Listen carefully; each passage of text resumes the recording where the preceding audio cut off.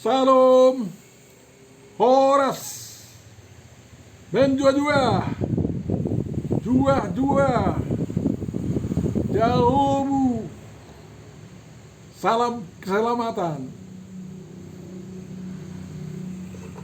Selamat bertemu dalam channel kita kali ini, channel Langsung Sitorus, yang akan kita gunakan untuk menafsirkan apa yang menjadi epistel di minggu perayaan hari pertama peristiwa pencurahan Roh Kudus yang bertepatan dengan hari Pentakosta di kalender Yahudi pada tanggal 8 Juni tahun 2025. Mudah-mudahan Tuhan memberkati pertemuan kita ini, dan kiranya kita saling mengajak untuk membagikan video ini sehingga tersebar seluas mungkin, dan mengajak mereka juga, dan saya juga mengajak untuk subscribe. Terpujilah nama Tuhan. Marilah kita terima penyertaan dari Tuhan kita. Damai sejahtera Allah yang melampaui segala akal budi manusia, kiranya memenuhi dan memelihara hati dan pikiran kita dalam merenungkan firman yang menjadi evangelium di hari pertama, yang menjadi epistel di hari pertama perayaan peristiwa pencurahan Roh Kudus di minggu tanggal 8 Juni tahun 2025. Amin. Firman yang akan kita renungkan, Bapak Ibu Saudara-saudariku, di minggu perayaan hari ini 8 Juni tahun 2025, dalam terang tema peranan Roh Kudus dalam hidup orang percaya, ditentukan dari Yoel 2 ayat 28 sampai 32. Kita baca. Kemudian daripada itu akan terjadi bahwa aku akan mencurahkan rohku ke atas semua manusia. Maka anak-anakmu laki-laki dan perempuan akan bernubuat. Orang-orangmu yang tua akan mendapat mimpi. Taruna-tarunamu akan mendapat penglihatan-penglihatan. Juga ke atas hamba-hambamu laki-laki dan perempuan akan kucurahkan rohku pada hari-hari itu.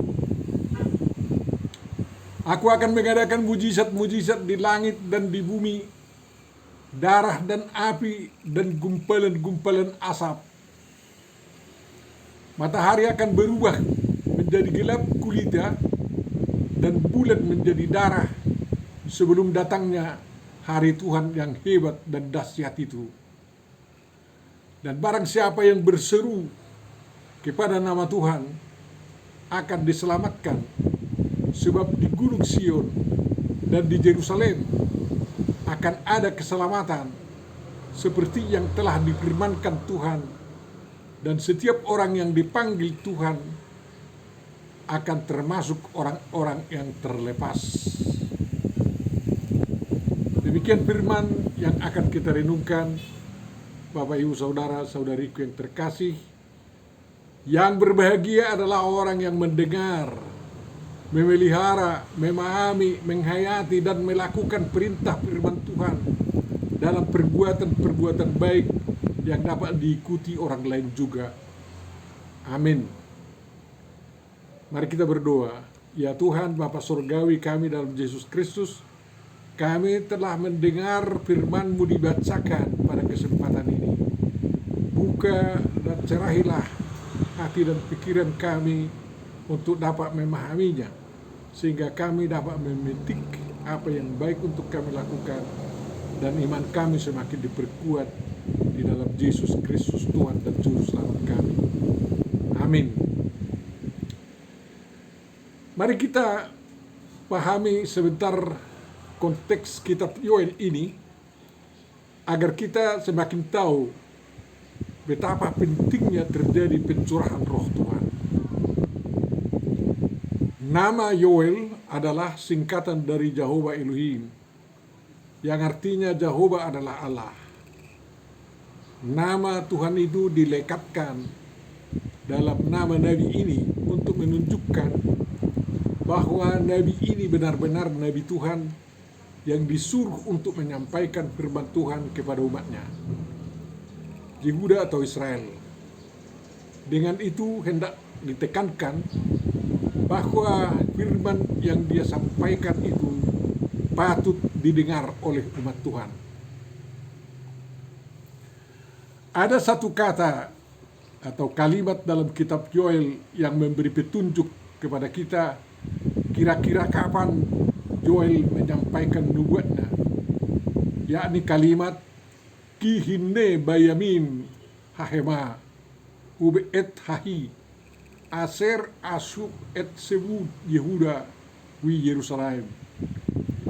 Karena lihatlah dalam hari-hari itu dan pada waktu itu, atau di waktu mana aku mengembalikan, lain mengatakan memulihkan keadaan, atau mulak hutogihon dalam bahasa Batak, mengembalikan orang-orang buangan, yaitu sebut dari Yehuda dan Yerusalem. Kalimat memulihkan keadaan sejajar dengan kalimat akan mengembalikan mereka ke negeri yang telah kuberikan kepada nenek moyang mereka. Yeremia 30 ayat 3.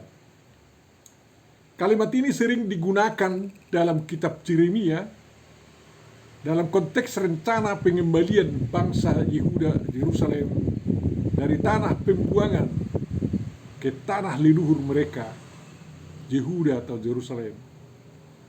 Dari itu dapat diyakini bahwa Nabi Yoel sejaman dengan Nabi Yeremia atau nabi-nabi zaman pembuangan seperti Nabi Yesaya. Dalam nubuatannya, Yoel membuat serangan beruntun 4 macam hama belalang, Yoel 1, yang menghabiskan seluruh pertanian Israel atau Yehuda untuk menggambarkan,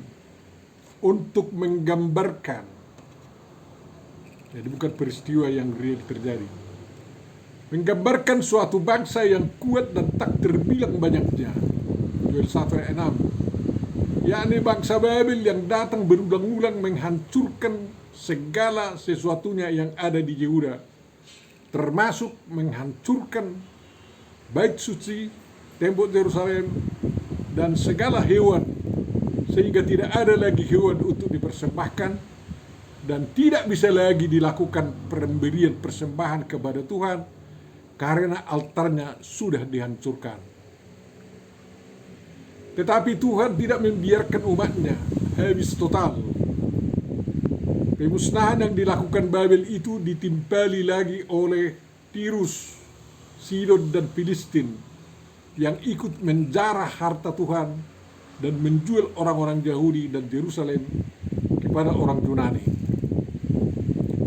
Tetapi ada sisa bangsa Yehuda sebagai penerima janji, yakni rombongan Raja Jekonya atau Joyakim dan keturunannya di pembuangan Babel.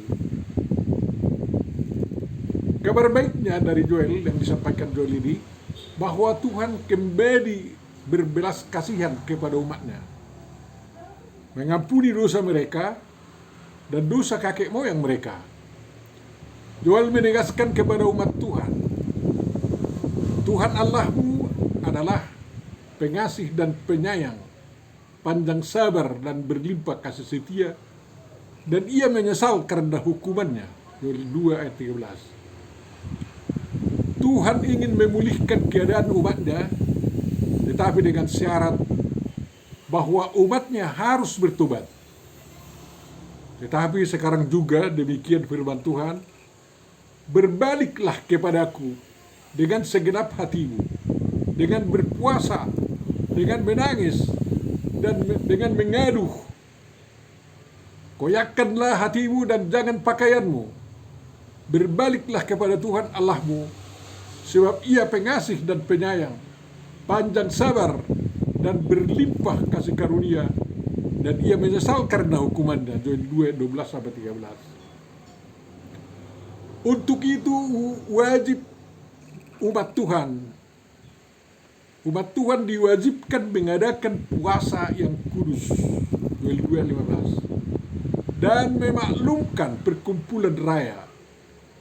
Sungguh luar biasa apa yang dia akan dilakukan Tuhan kepada umatnya apabila mereka bertobat. Dan dalam konteks pertobatan itulah Tuhan mencurahkan rohnya kepada umatnya sebagai persiapan umatnya menyambut hari Tuhan sebagai hari yang penuh rahmat bagi umat Tuhan yang bertobat, dan yang sekaligus sebagai hari yang hebat dan hari yang sangat menghanguskan atau penghukuman yang dahsyat bagi lawan-lawan Tuhan. Kemudian daripada itu, wihaya ahariken, kata Joel. Artinya setelah Tuhan merealisasikan janjinya, Joel 2 ayat 18-27, memulihkan kembali keadaan umatnya, dia mencurahkan rohnya kepada umatnya. Pemulihan yang diadakan Tuhan menurut Joel antara lain: 1, aku akan mengirim kepadamu gandum, anggur, minyak, dan kamu akan kenyang memakannya. Yang kedua, umatnya tidak lagi menjadi cela di antara bangsa-bangsa. Yang ketiga, bangsa yang datang dari utara itu, yakni Babel, merusak umat Tuhan, akan diusir ke negeri kering dan tandus, ke laut timur dan ke laut barat. 4, tanah gembalaan kembali menghijau, pohon-pohon menghasilkan buahnya, pohon ara dan pohon anggur memberi kekayaannya. Yang kelima, diturunkan hujan di awal musim dan di akhir musim. Yang keenam, semua yang dihabiskan segala macam belalang itu dipulihkan kembali. Artinya, segala yang dihancurkan Babel di Yehuda dipulihkan kembali, yakni bait suci bisa berdiri kembali, tembok Yerusalem diperbaiki. Yang ketujuh, umat Tuhan akan kenyang. Yang ke-8, umat Tuhan tidak akan menjadi malu selama-lamanya. Yang ke-9, tanah dan umat Tuhan akan bersorak-sorak dan memuji-muji Tuhan karena ibadah telah dipulihkan kembali. Dan tanda pemulihan kembali yang terakhir adalah nomor 10, umat Tuhan mengetahui bahwa Tuhan ada di tengah-tengah mereka, dan Tuhan Yehova adalah Allah umat Tuhan dan tidak ada yang lain. Inilah 10 tindakan Tuhan dan keadaan pemulihan Yehuda atau Yerusalem. Setelah semua itu terjadi, maka Tuhan akan mencurahkan rohnya ke atas semua manusia atau masyar, ke atas hamba-hamba atau budak-budak umat Tuhan, yang laki-laki maupun yang perempuan. Dampaknya, 1, anak-anak umat Tuhan yang laki-laki maupun yang perempuan akan bernubuat. Bernubuat berarti atas nama Tuhan memberitahu tuntunan maupun ancaman hukuman dari Tuhan sehubungan dengan masa depan Yehuda dan keimanan yang benar dalam mengikut Tuhan. Yang kedua, para lansia atau tua-tua yang lanjut usia akan mendapat mimpi. Bermimpi berarti memimpikan kemakmuran dan kesejahteraan umat Tuhan. Yang ketiga, para teruna akan mendapat penglihatan-penglihatan. Artinya, para teruna itu melihat keadaan umat Tuhan yang dapat menikmati tindakan-tindakan Tuhan yang mengasihi mereka, sehingga dapat mengalami hidup penuh sukacita dan bahagia. Yang keempat, Bapak Ibu Saudara, dampaknya bagi hamba atau budak tidak diberitahu. Berarti para budak atau laki dan perempuan cukup dicurahi roh Tuhan agar mereka menjadi pengikut Tuhan yang setia. Apa pelajaran yang dapat kita ambil dari sana? Yang pertama, orang merdeka dan orang tidak merdeka sama-sama dicurahi, dihinggapi roh Allah. Dengan demikian, walaupun status sosial masih dibedakan, tetapi status dalam kerajaan Tuhan dibuat sama dan setara. Yang kedua, walaupun di sebagian orang nampak roh dampak kehadiran roh Tuhan itu nyata, dilihat mata dan didengar oleh umat Tuhan, dan di sebagian lagi tidak nyata, yakni di antara para hamba atau budak itu, tetap dapat dikatakan bahwa semua manusia basar itu dicurahi, dihinggapi roh Tuhan. Jadi apa itu kelihatan atau tidak kelihatan, atau juga dikatakan bahwa semua manusia dicurahi roh Tuhan. Dicurahi roh Tuhan atau Roh Kudus itulah yang disebut dalam Perjanjian Baru dengan dibaptis dengan Roh Kudus. Yang ketiga, manusia itu diberi roh yang sama, tetapi dampaknya bisa berbeda-beda. Ada juga dampak Roh Kudus itu tidak tampak, walaupun orangnya sudah dicurahi roh Tuhan. Jangan anggap bahwa orang yang aneh-aneh lah yang dicurahi roh Tuhan. Orang yang hidup tenang, berpikir tenang dan waras, termasuk juga orang yang dicurahi roh Tuhan. Apa yang dinubuatkan oleh Joel dalam kurun waktu lebih 500 tahun, dari masa pembuangan 580 sebelum Masehi sampai tahun 27 sebelum Masehi, tidak ada catatan pemenuhannya dalam sejarah